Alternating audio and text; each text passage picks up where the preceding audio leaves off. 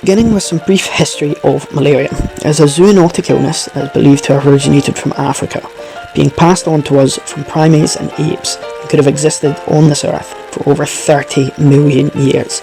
This is due to the discovery of mosquitoes from an emperor dating that far back. The name malaria was coined from the Italians. It translates to mean bad air, but we know this isn't the case. This is because Italian writers believed malaria was caused by bad vapours from Tiberian marshes. It has been widely documented through European history, suggesting its presence throughout the world and most of civilization, even as far back as ancient Greece, where it was widely recognised by Hippocrates, who called it ague, suggesting malaria's presence in Europe for a very, very long time, even before this Europe existed.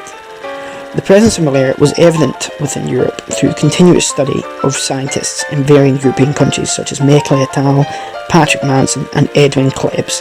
Klebs identified the bacterial cause for malaria in 1879, which was later in 1884 linked to the discovery of parasites by Alphonse Laveran in 1880 to prove the transmissibility of the infection in blood.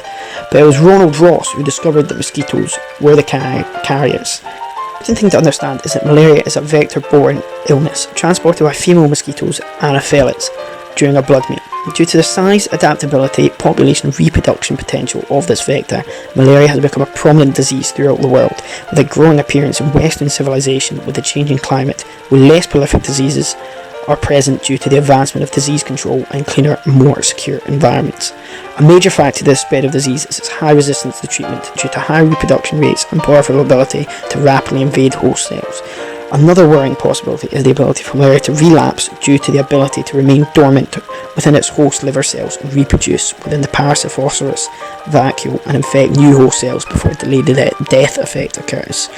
Due to the strength of resistance and the ability to remain dormant, the efficacy of this disease is evident by the effect that it has on the world's human population and the effect it could have if it reoccurs within Europe. Malaria is a widespread and debilitating acute febrile illness. It is found throughout the tropical world and is caused by Sporozonium plasmodium strain of the Acampylexa family, binding to red blood cells during its two developmental stages, the sporozoites and merozoites, during its invasive cycle. To begin, sporozoites enter the bloodstream and target hepatic parenchymal cells. It only takes 45 minutes for all the sporocytes to enter the hepatocytes or be cleared.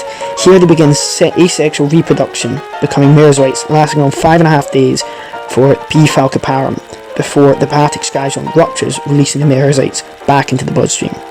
Due to only a few liver cells being infected, this phase is asymptomatic for the human host. Once the merozoites enter the bloodstream, they rapidly attach and invade the erythrocyte surface, invaginating the red blood cells and passing the parasite into the cell. Plasmodium falciparum is the main pathogen that spreads malaria in humans, 75% of all cases caused. However, there are 4 other strains that are cause of malaria to a lesser degree, each with a different vector, infecting a different habitat. P. vivax is the second most common, with around 20% of all cases. In 2018, it was recorded that 228 million cases of malaria, with 405,000 deaths. There are anti-malarial treatments, however, these are preventative drugs which stop the proliferation and must be taken continuously instead of healing malaria, as there are no available malaria vaccines. As mentioned previously, malaria is a debilitating illness that, dependent on which pathogen is causing the disease, the incubation time varies on the severity as well as the symptoms. P. falciparum symptoms take 9 to 30 days to appear after the initial infection by Anopheles. This is due to the existence of the 2 developmental cycles, so there is a period for the parasite to proliferate. The symptoms are regularly flu-like symptoms such as headaches, muscular fatigue and pain, nausea and vomiting, and the inability to control homeostatic temperature, leading to cold sweats and high fever. This is known as paroxysm. More worrying, more serious symptoms of malaria include neurological damage, splenomegaly and respiratory problems, which lead to serious complications and eventual death. Further to this, seizures, comas, multiple organ failures and entry into the spinal column can also occur, which will also lead to death. Europe has maintained a malaria-free status since 1975, the year after the last reported indigenous case occurred in Macedonia. Eradication efforts in the first half of the 20th century were a success because they were able to disrupt the transmission cycle of the Plasmodium parasite for long enough that it couldn't reproduce, and so it died out. The Anopheles species that transmitted it to humans remained after the parasite was eradicated because it just wasn't possible to get rid of them for any extended period of time. So, malaria lost its endemic status in Europe in the 70s, but there are still thousands of cases each year. In 2017, there were 8,401 cases of malaria in the EU, almost all of which were classed as imported. If a case is imported, it means that the person caught malaria abroad before returning to the EU, where it was then diagnosed and treated. However, 21 cases weren't imported. They were classed as autochthonous. In other words, a person caught malaria from a local Anopheles mosquito that had previously fed on another person infected with malaria. So the framework for Plasmodium to spread through a population still exists in Europe, and Anopheles to human transmission can and does occur, albeit very rarely. These imported cases represent the inflow of malaria into Europe, and the concern is that these cases are an opportunity for malaria to re-establish itself as an endemic problem. 1.4 billion people travelled internationally for tourism alone in 2017, and that number goes up each year, at least in years where there's not a global pandemic. This means more people are traveling through areas where malaria is endemic, and if they then travel through Europe, that increases the flow of malaria parasites into Europe and ups the risk of it entering into local Anopheles populations. There's also the issue of migration. People who grew up in malaria endemic regions often have a degree of immunity. Symptoms are less severe, and it's more likely to go untreated while they still remain infectious. However, both of these concerns are easily solvable by a strong, accessible health service and regular screening of travellers. It is not an excuse to limit travel or migration to or from any part of the world. The big issue is really climate change, and there's two aspects to it that have a direct impact when we're considering the future of malaria in Europe. There's precipitation and there's temperature. The effect of temperature is quite easy to predict. Plasmodium parasites have a minimum temperature requirement for the asexual part of their reproductive cycle. It's about 16 to 18 degrees Celsius depending on the species. If it's too cold, they have a few tricks to get around it, but at the cost of slowing down their life cycle. So, as Europe heats up, the parasites will have a much more accelerated life cycle. Precipitation is also predicted to change, with the north of Europe becoming wetter and the south of Europe becoming drier. Although at the same time, droughts and floods will be more likely everywhere.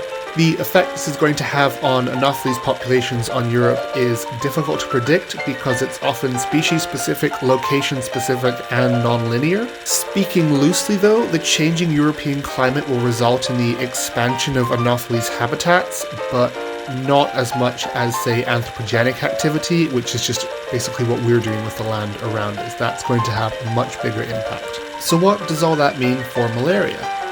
Not much, according to most models. It's likely that the changes in the global climate will slightly favour malaria transmission and persistence in Europe. However, the direct impacts of it will be minimal and easily offset with malaria control efforts.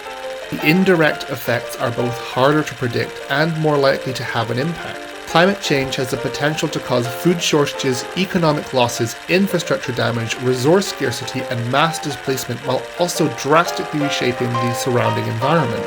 This in turn also affects our behaviour and our movement, as well as how we use the land, which again affects our susceptibility as a population to malaria. So climate change is a bit of a wild card, but one that ultimately will have minimal direct influence on malaria. Ultimately, given that the changing climate will facilitate the expansion of vector populations and aid the parasite life cycle, and international travel will only ever increase, providing more imported malaria cases and more opportunity for infection to enter the local Anopheles population, we can maybe say that risk will increase over time.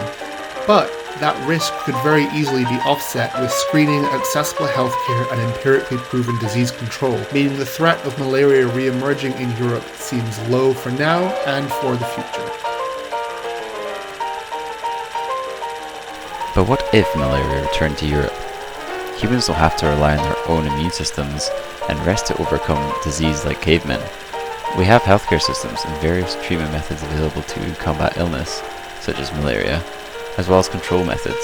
But could the return of malaria to Europe cause unmanageable strain to these systems? And what would the effects on our economy and society be? Healthcare systems would be under tremendous strain in the countries affected. Despite the EU having some 2.6 million hospital beds, the malaria pandemic would be focused in Europe's warmest regions, which would largely be the Mediterranean countries, and especially in rural areas. Rural areas such as villages and farming land tend to have fewer medical resources available to them than more urbanized areas such as cities and towns, and so suffer several effects. Firstly, testing in the early stages is more available to populations of people that live near hospitals than those in the countryside, meaning mortality in rural areas may be higher as treatment can only be given once the disease is confirmed in a patient, which may be as late as showing symptoms as much as 18 days post-infection. Secondly, rural environments have more sources of potential sites for the mosquitoes to successfully complete their life cycle, especially naturally occurring bodies of water, such as marshes and ponds. In comparison, urban environments are more easily controlled, with most open water sources being man-made, and places like parks can be closed in a similar fashion to Tokyo's shutting of Yoyogi Park to prevent the spread of dengue. That is not to say that urban malaria outbreaks cannot be severe, but is, to an extent, more manageable. However, the healthcare system can be saved the strain if proper control methods can be put in place before malaria could reach epidemic status. Control of the spread would therefore be paramount in reducing the lives lost. Controlling the mosquito is perhaps the most effective way to stop malarial deaths. Removal or restriction of open water sources and dark places to break the life cycle of the mosquito itself, and the use of anti-mosquito nets to prevent females from biting people has worked with great effect in other countries, and would work equally as well in Europe. The disease itself can be controlled to an extent. Anti-malarial drugs such as mifeprine and doxycycline can be taken in advance of a possible malaria outbreak, though they need some time in the patient before they become effective. These drugs cannot be used on pregnant women, however, and the use of anti-malaria drugs may be expensive, as with the widespread use of pesticides. Pesticides have been used to great effect in the past, however, with the removal of habitat, it may not be ethical anymore. Removing or poisoning ponds and marsh, for example, would risk damaging the conservation efforts of the great crested newt, whose species is in decline. On top of this, production of these materials would need to be increased in order to reduce the chance of shortages, but if properly prepared for, could become effective at reducing the disease's impact in Europe. If all mitigations fail and the disease cannot be properly managed, then a variety of impacts can be expected. In regions most affected by the disease, an overall decline in productivity can be expected, as people become sick and can no longer work. It is estimated that as much as a half of the gross domestic product can be cut from countries of endemic regions of malaria, so it's fair to assume that a poorly managed outbreak could wreak havoc in rural European economies. Changes to human behavior could also be expected.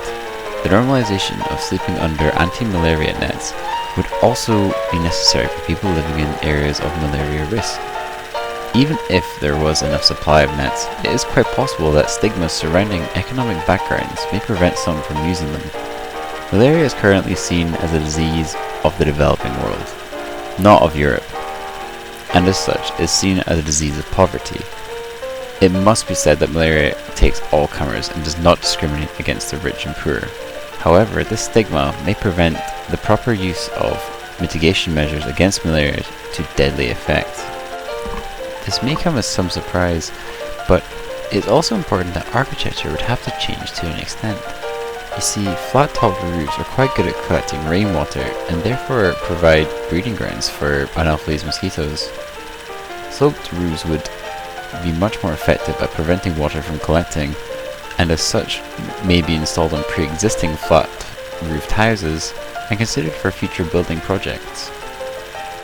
Nonetheless, it is still somewhat unlikely malaria will make a grand return to Europe. Climate conditions would have to change quite drastically for malaria and its mosquitoes to become endemic again. This is no excuse for not being prepared, however, and so there are two paths that can be taken now that will determine the outcome of a malaria outbreak. Option A offers a well-developed governmental plan and strong healthcare system that can treat everyone affected. This option is the most expensive, but would lead to the fewest lives lost. Option B, on the other hand, offers no such luxuries.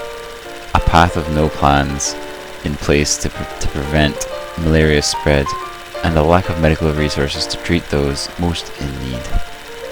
In other words, mayhem. No one can say for sure whether malaria will return, but a little planning goes a long way.